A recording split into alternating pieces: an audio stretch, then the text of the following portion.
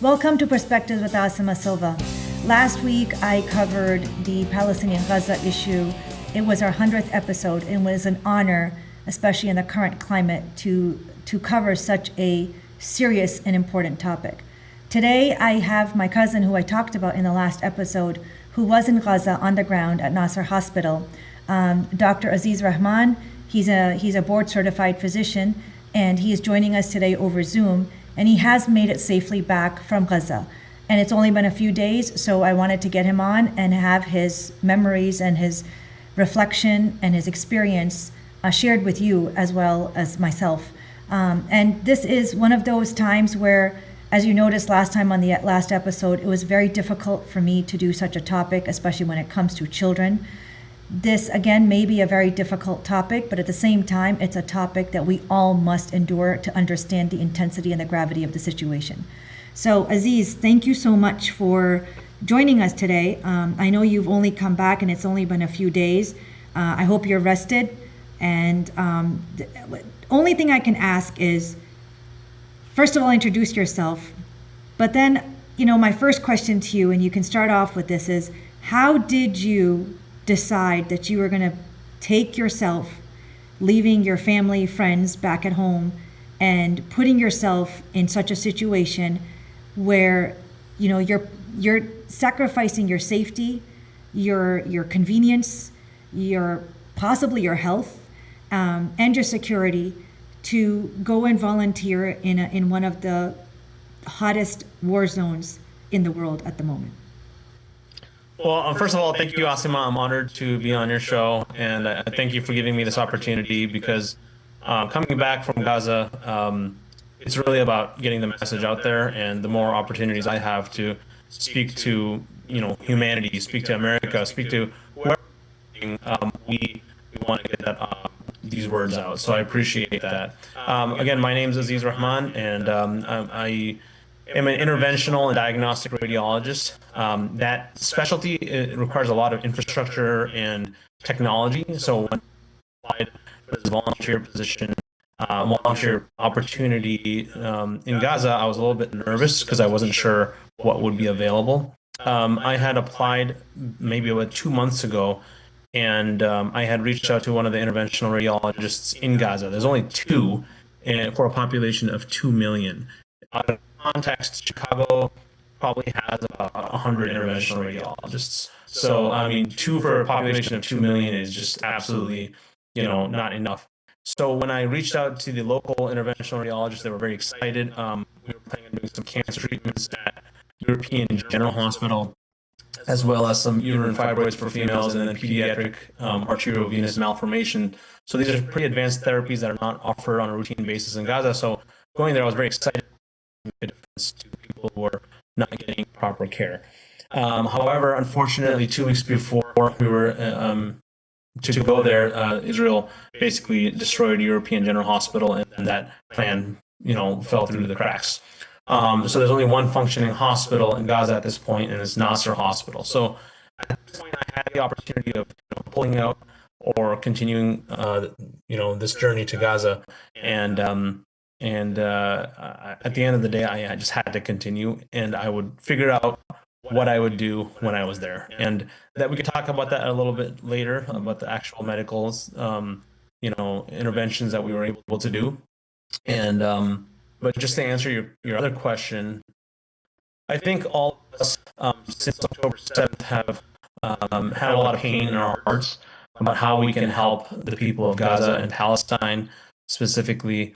And, we donate, we pray for them, but, some things, not enough. Like, you just want to do something with your hands, So this opportunity was there, but it's typically for vascular surgeons, thoracic surgeons, neurosurgeons, orthopedic surgeons, because that truly is the need. So what happened with this trip, there was a 27 physicians applied, and only 6 got in. So this was about a 75% rejection rate. So when this happened, a lot of physicians especially from America, because it's so difficult to get in. So there was an opening, and one of my friends emailed the administrator, and I was given this opportunity. So that's kind of how I was given the opportunity. But um, once you're given the opportunity, then you start thinking like, oh, do I really want to do this? And the answer was absolutely. I absolutely wanted to do it. It's something that I was asking God for the last year and a half, right? Like I just wanted to do something to help. And so when this opportunity came up, it was like almost the answer just came into my lap. And at that point, it was almost just a matter of how to convince my family and my loved ones to make sure I had the support that I needed when I was going there. Well, that brings me to that question. As you said, you had to take time off from work to be able to go. And with the current climate in this country, it's very difficult to say that you feel or empathize with Palestine or even the children of Palestine or the babies that are starving in Palestine. For some reason, the word Palestine used as an adjective before a child starving or a child shot or innocent women and children being killed seems to just nullify the atrocity or the trauma or the intensity of the situation. So how in your job and your colleagues and your boss and your hospital, were you able to convince them that this is something you wanted to do and you had their support? Yeah, that's a great question. I know you've been very vocal about Palestine for the last 20, 30 years, and that's unique about you. For me, it's very challenging to talk about these, highly politicized, topics at work, especially in the hospital. But, since October 2023, I think we have seen the amount of civilian death and destruction to the point that it wasn't even a political or religious thing to talk about at work. It was more of a humanitarian and medical thing to talk about and bring up, especially in the last year, where just the number of civilian deaths, especially children and women, say 50%, is just staggering. So this gives me an opening to talk about it, right? And anyone can talk about humanity. Right. So over the last year, I found myself talking to my colleagues quite a bit, actually, between procedures.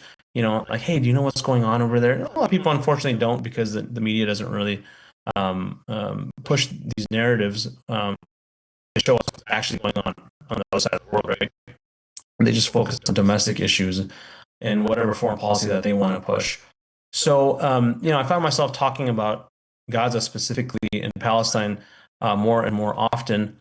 And to the point that when this opportunity came up, I was really nervous about getting the 2 to 3 weeks off. It's actually 3 weeks off that I needed to get, which is very difficult to get 3 weeks straight as a physician because, you have to be on call and other people have to pick up your call.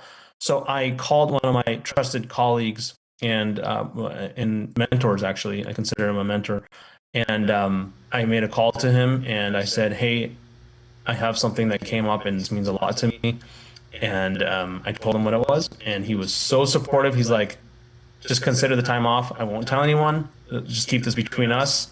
And I was like, well, do you suggest I tell, my colleagues or even my administrators? And he's like, it's so politicized. I would not recommend it. And he even advised me, right? He's an American physician trained in Illinois and Wisconsin. And he said, yeah, I would recommend you just keep it on the DL until you get there and then you can tell people. And I followed his advice. Well, in my opinion, then it was your answer to your prayer, right? Where you're asking God, let me do something with my hands, let me help. So your own mentor was the first person that supported you.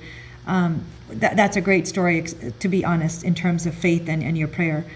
What my next question would be is, of course, how did you, and we're related, so I know about how politicized this topic is and how much our family worries about the kind of scrutiny we're going to get when we speak about this. And as you just mentioned, I have been speaking about this issue for a very, very long time. And I've also received from our family concern about, not going to speak up or actually be vocal publicly about this issue for fear of retaliation or any threats or threat to safety, right? Now, the question is, how were you able to convince your family that this was something you really needed to do? Because I may be speaking up, but I'm still in America. I'm still very much, secure and safe, but you were putting yourself in the war zone. So how did you convince your family? We always talk about being brave and being honorable people, but when the time comes, isn't really the time to back out. And, especially like we read about the Holocaust and we all say if we lived during that time, we'd be vocal about And if we had the ability to do something with our hands, we would definitely do something with our hands. So, when this opportunity came up, it was almost a test of my own morality, my own, honor. Like, am I really going to live up to my own thoughts and, expectations of myself? Like a self-challenge, right? And I definitely had doubts, and I definitely had fears before I went in. I think that's natural. But yeah, I wrote goodbye letters to my kids and my wife just in case, and That must have been hard. yeah, I had to financially plan everything out in case I didn't come back, and made a new bank account, transfer some funds here and there. I just made these preparations, and at the end of the day, I truly believed if I was going for a good cause and I died there, I would be happy. And I told my wife and my parents, I was like, hey, if something happens to me, just know this is exactly what I wanted to do, and I have zero regrets. I will have zero regrets. I obviously, if something bad were to happen, I wouldn't want to be handicapped, because then paraplegia, that's a whole different ballgame. So I was like, I just hope if something happens to me, I die. But because, this is truly what I believe in. And I think you would say the same if you were given the opportunity, because you've been talking about it for 20, 30 years, right? You're not afraid of what the people are going to say about you, because you're just speaking the truth. And for me, I wasn't sure how people would take it at work that I went to Gaza, but I will say, if we can jump ahead a little bit, I came back and people are saying, thank you for representing humanity. Thank you for showing us what, a leader would do. And I'm not trying to self-praise. I'm just trying to tell you what they told me. Yeah. And I was a little bit surprised. I was, really surprised that my fellow American colleagues are so proud of me for putting myself out there in Gaza, when I didn't do it for them. I didn't do it for anyone except for myself, for my connection with my Lord, because I believe this is an obligation to help humanity. And then obviously the people of Palestine and Gaza deserve not only our medical support, but just, being a human. And as we'll talk about, that's actually the biggest thing that they appreciated. Well, that brings me into my next question that I'm sure that all of the viewers are also wondering is, it's wonderful. I think, like a lot of, as you said, that when you came back, you found support and you found, good words and encouragement about what you have done. And that's, I truly believe, because people either don't know about it, or as politicians, maybe lining their pockets from the other side. But I really believe that the public, most of them, really don't know about the situation. And so that brings me to, what can you share with us? I mean, we shared clips in the last episode. I shared all your clips. I even read aloud the reflection that you had shared with the entire family, which I thought was extremely powerful, because as you just said, you went to a place where you were stripped of convenience and security and safety. And I think that's when a human really looks at yourself, within yourself, and says, this is truly what means to be happy and what means to be living. And I think that's what your reflection and the advice that you had given us as a family was so powerful. So I shared it with our viewers in the last episode. But at the same time, I know you're laughing, but I shared it. But in the last episode, when you went, though, what was your reaction when you got there? When you came out and you walked out of the airport, what was your first reaction? Is it what you expected? Is it different than what you expected? What was your first intake of when you arrived in Gaza? Yeah, so first of all, we landed in Amman, and we have to go through Jordanian checkpoint, and then we go through the Israeli checkpoint, and then there's a military convoy that takes you through occupied Palestine or Israel into the Gazan checkpoint, and there's a military checkpoint in Gaza, and then we exchange buses from the Israeli buses to the Gazan buses, and then we take another bus to the safe house, and then we go from the safe house to the hospital. So a 3-hour journey, if there was no barriers, took us about 14 hours. So by the time we got to the safe house, we were just absolutely exhausted. And it takes a mental toll, and you're seeing soldiers with machine guns and tanks and armored personnel carriers on your way in, and it's just so aggressive. And you're seeing these fences that don't belong in humanity to separate people. And it's a barbaric thing in between. When we actually arrived in Gaza, it was very late, and it was very eerie. And you just see through the fog and dust of the cars in front of us, destroyed buildings, and that's all you saw. And it was very and they said, there's a specific route that the Israeli military allows you to go on, and if you veer off that road, they're gonna drone strike you. So you make sure you stay on that road. And obviously, our driver knows this. So you get to the safe house, and you can't see anything because there's no electricity.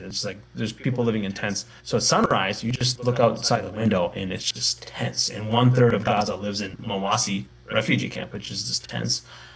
It was just shocking. And you realize there's no technology. People are using donkeys and carts to move water and their personal belongings, which really isn't much. And it's like not even a third world country. This is like, Stone Age. And then you look in the distance and neighborhoods are just gone. They're not even rubble. Like now they're dirt and sand again, because the D9 caterpillars and whatnot, they've moved everything. Eventually, I think the plan is they want to settle Gaza. So this is kind of step by step. And then we finally got to the hospital. And in the 2 weeks we stayed in the hospital, we didn't leave the hospital. And even though the hospital was technically a green zone, as in Israel wouldn't bomb a green zone, everything around it was a red zone. So we were not allowed to leave. We saw bombings happening every about 30 minutes, 200 meters away. So very common. But yeah, it's just the extent of destruction was really what hit me when I got into Gaza. And then I realized everyone's living in a tent, where there's the highest paid doctor in the hospital, and no one's getting paid right now, to the janitor. There's neighbors in tents, right? And everyone's on an equal playing field, and it's difficult. And everyone has lost about 10 to 20 kilograms, which is about 22 to 45 pounds. I myself lost 15 pounds in the 2 weeks I was there, just because I was eating their diet. I was trying to experience their existence. And even though I came with extra food, I just didn't. And at the end, we were advised that if you have extra food, just hand it out to the people because they need it more than you. So did you have to take your own food? Because that was something that I was very curious about, because, you're not used to their diet or the amount. I mean, we eat pretty well in this country. So were you taking your own food when you went there?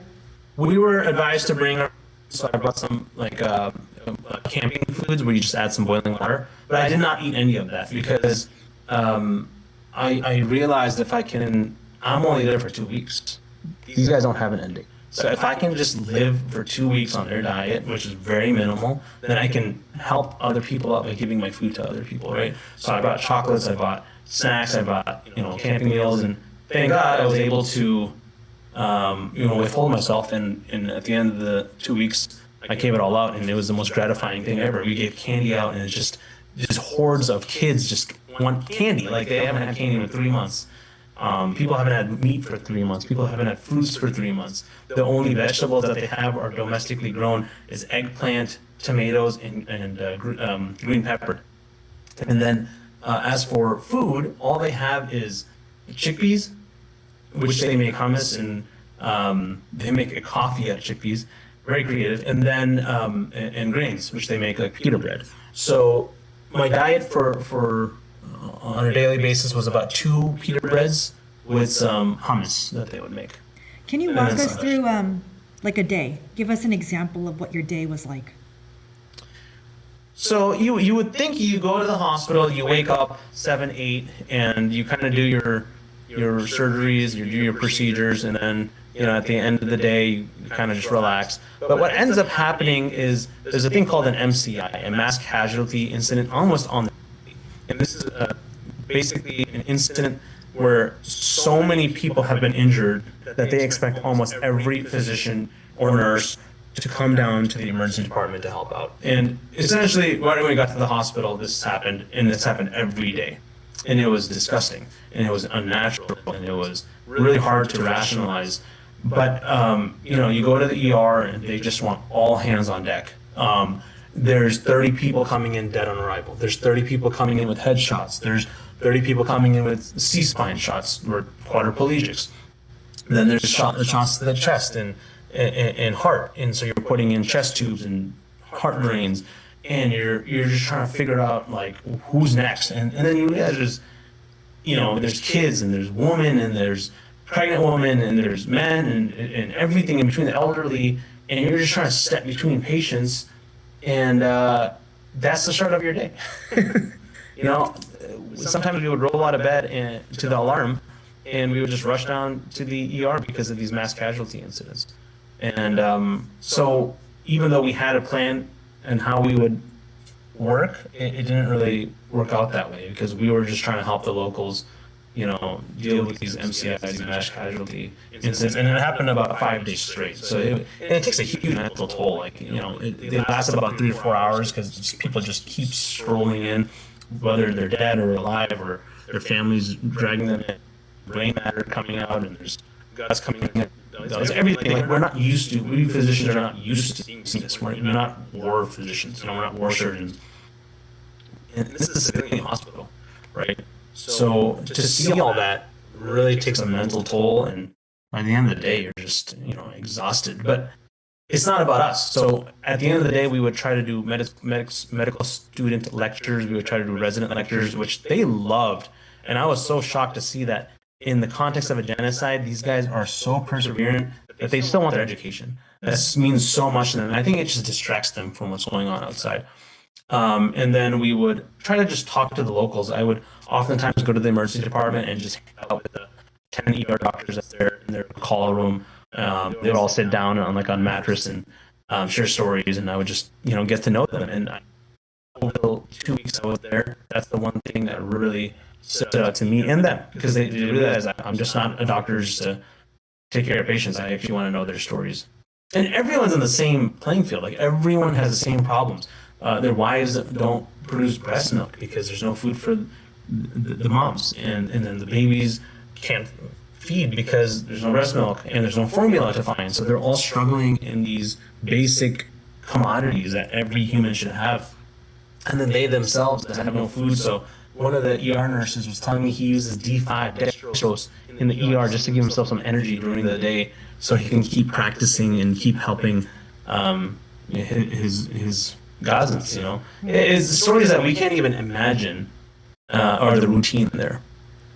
So, fun fact on what you had just said is a few years ago, when I was doing research on Palestine several years ago, Palestinians are actually one of the most highly educated people in the world, holding the most PhDs as an ethnic population. So, fun fact, as you said, I'm not surprised that they are very, very eager to learn, and education is extremely important. What you were just talking about in terms of everyone is on the same page, everyone is struggling for food, everyone is looking for food for their children or their babies. Have you seen this turn into like the Lord of the Rings situation? How are people interacting with each other? Is this turning to turmoil where everyone is at each other's throats looking for that one morsel of food? Or what kind of situation is the community in their head, in their mindset? Yeah, that's a great question. So this is a new development where there is a group of individuals in Gaza who are creating these little gangs and looting aid trucks and then selling it on the black market for really high prices.